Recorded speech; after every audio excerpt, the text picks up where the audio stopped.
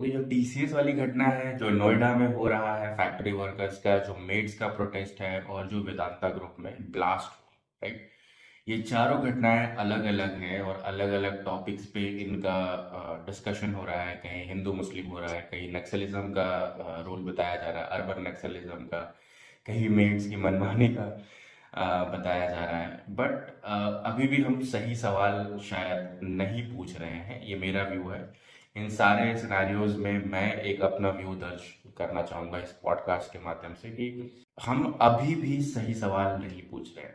So welcome to loan podcast episode 2। सही सवाल तो पूछो भाई।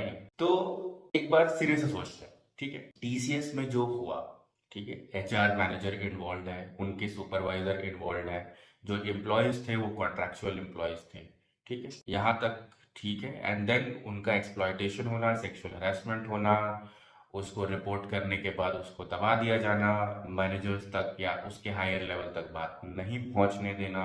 Same goes for factory workers, contractual employees होते हैं, थर्ड पार्टी पेमेंट्स होती हैं, थर्ड पार्टी पेमेंट को हम कितना कमीशन दे रहे हैं फैक्ट्री वाले, और फैक्ट्री वाले एक्चुअल में कितना वर्कर्स को पे कर रहे हैं, उसका कोई अकाउंटेबिलिटी नहीं है।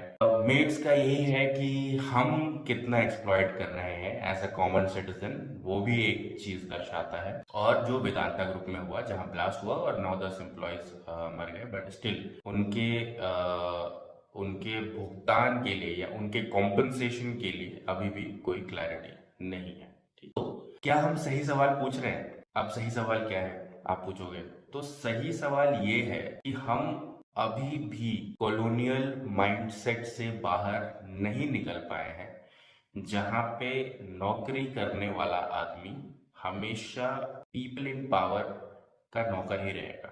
Now let me explain. White collar jobs कभी भी यूनियन फॉर्म नहीं कर सकते इस कंट्री में या अराउंड द वर्ल्ड। क्यों? सोच के देखिए आप इस चीज को। Because white collar jobs are heavily institutional, जो डिपेंडेंसी है उनकी वो बहुत ज़्यादा है। अगर आप सोचोगे तो कंपनी सेटअप होती हैं गवर्नमेंट के हेल्प से, एम्प्लॉय वर्क करता है कंपनीज में, उनको सैलरी मिलती है, सैलरी बैंक में आती है जो कि again controlled by the government, and they are dependent on the livelihood. If you see, unions वहां पे है या फिर वहां पे यूनियंस बनने दिया गया है जहां पे दो में से एक सिनेरियो। पहला, कि वो अपनी लाइवलीहुड के लिए इंस्टीट्यूशनली डिपेंडेंट नहीं है, जैसे कि मजदूर union, lawyer union, bank union also, because banks control the country. अगर बैंक्स ही बंद हो जाएंगे तो लाइवलीहुड सबकी खतरे में है। उनकी तो चलो बाद में खतरे में होगी, सबकी पहले खतरे में होगी, ठीक है। अगर सैलरीज टाइम से नहीं जाएंगी तो बैंक यूनियन भी बन गया, बिकॉज अगर बैंकिंग एम्प्लॉयज वर्क नहीं करेंगे तो बाकी सारे सेक्टर्स को इम्पैक्ट हो जाएगा, ठीक है।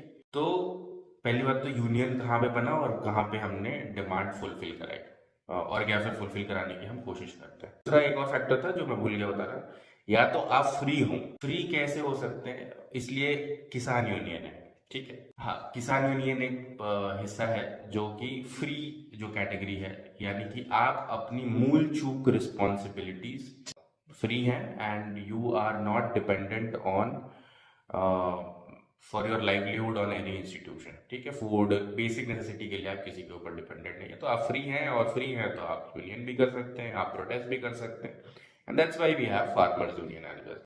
तो ये दोनों जब कैटेगरीज हो गई तो अब आता है कि व्हाइट कॉलर एम्प्लॉयज का यूनियन क्यों नहीं है, या फिर जो हम ऑर्गेनाइज सेक्टर्स में वर्क करते हैं उनका यूनियन क्यों नहीं है। क्योंकि पहला, we are so driven by consumerism that we are not chasing the freedom, ठीक है। अब इसका मतलब क्या है? हमें 3 करोड़ का फ्लैट चाहिए, 15 लाख की गाड़ी चाहिए, ईएमआई हम ले लेंगे because we want to show off, right. तो फ्रीडम तो हम चेज ही नहीं कर रहे हैं, ठीक है। अब फ्रीडम नहीं चेज करोगे तो कभी फ्रीली बोल नहीं पाओगे, फ्रीली बोल नहीं पाओगे तो तुम्हारे राइट्स कभी सिक्योर नहीं है, ठीक है। तो वो तो अंडरस्टूड है। दूसरा, हम इंस्टीट्यूशन के ऊपर बहुत डिपेंडेंट है अपने लाइवलीहुड के लिए।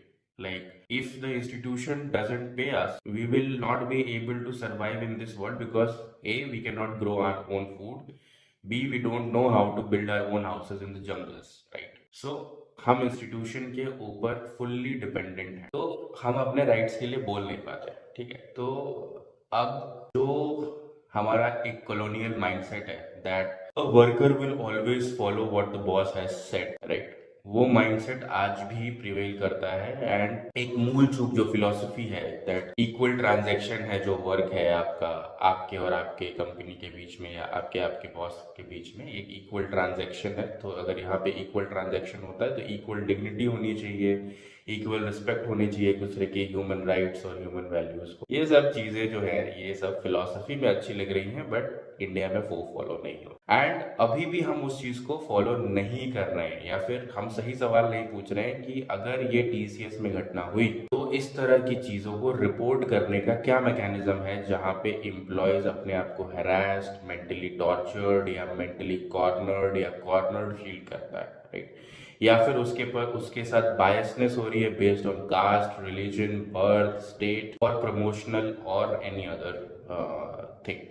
There is no proper reporting accountability mechanism itself in most of the IT countries and सारे जो मैनेजर्स हैं ना वो एक सास की तरह एक्ट करते हैं जिन्होंने खुद टॉर्चर तो झेला है बट वो इंश्योर करेंगे कि नेक्स्ट जनरेशन भी वो टॉर्चर झेले, जिसको जेंजीज ब्रेक करने की कोशिश कर रहे हैं। I am really happy about it. तो you have to think that जो हमारे बॉसेस हैं वो हम they are acting like a colonial सास, राइट? मेरे को चाहिए तो चाहिए, एक तो ये माइंड। दूसरा, आप आज आपको कुछ हो जाता है, कल जो लाइफ इंश्योरेंस का पैसा है जो कि कंपनी के ग्रुप इंश्योरेंस में आता है वो आपको मिल जाएगा बट ओवर एंड अबव कोई आपको कॉम्पनसेशन नहीं देगा डिपेंडिंग कि आपकी कितनी लाइबिलिटीज थी, आपके कितने बच्चे हैं, उनकी पढ़ाई लिखाई, do you had the house, anything. ठीक है, that was your responsibility to take care but still उसका कोई वो नहीं है। वेदांता में जो घटना हुई उसमें यही है कि भाई फैक्ट्री वर्कर्स थे,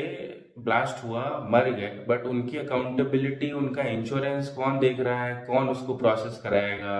did somebody reached out to them? There is no single evidence of that. या फिर हम जरूरत भी नहीं समझ रहे बिकॉज कौन ही सवाल पूछे। और अब जब मेड्स के ऊपर बात आ रही है नोएडा में, तो as a household also don't we have the same mindset कि अगर मैंने वर्कर हायर किया है तो मैं उसको चूज लूँ।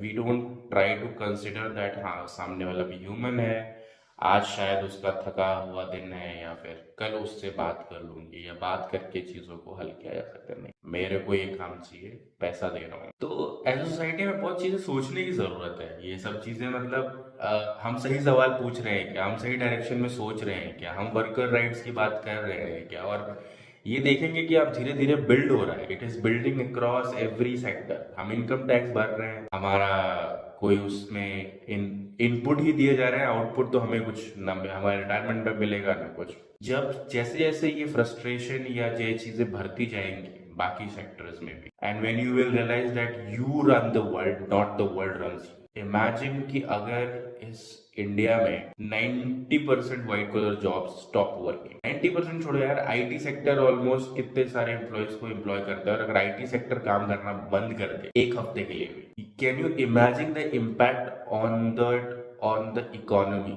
And then when you say कि हमें ये डिमांड चाहिए, will it not be absolute necessity for the government to implement that? Be it fair worker right, fair promotion cycle, fair wage hike, fair human rights, acceptable working condition in the offices. Don't you think कि ये चीजें implement हो जाएंगी? But वही है कि एक collective wisdom हम डिस्कस ही नहीं करते। एक rational approach, keeping our biases, our background, our caste, our religion, our baggages aside, एक रैशनल अप्रोच लेना एक इतना डिफिकल्ट हो गया है इस समय इस वर्ल्ड में that we are not talking logical और rational enough to come to a common consensus to force the government to take certain decisions which are equally beneficial for all the people. सारे ही जो वर्ग हैं सबके लिए equally अच्छा हो, राइट? तो ये है सही सवाल कि भाई सही सवाल की तरफ बढ़ने के लिए जो कदम उठाने चाहिए, अपनी थिंकिंग एबिलिटीज को जो बढ़ाना चाहिए, एक रैशनल अप्रोच से जो चीजों को देख, और फिर हमें कंक्लूड करना चाहिए कि ये जो मल्टीपल इंसिडेंट्स हो रहे हैं, राइट, वो किस डायरेक्शन में हो रहे हैं and how they are turning out to be and why they are turning. सही सवाल पूछिए, सही सवाल पूछते रहिए। और अगर आपको ये मेरा लोन पॉडकास्ट अच्छा लगा तो लाइक करो, सब्सक्राइब करो, फॉलो करो, कमेंट करो that which other topic you want to talk about.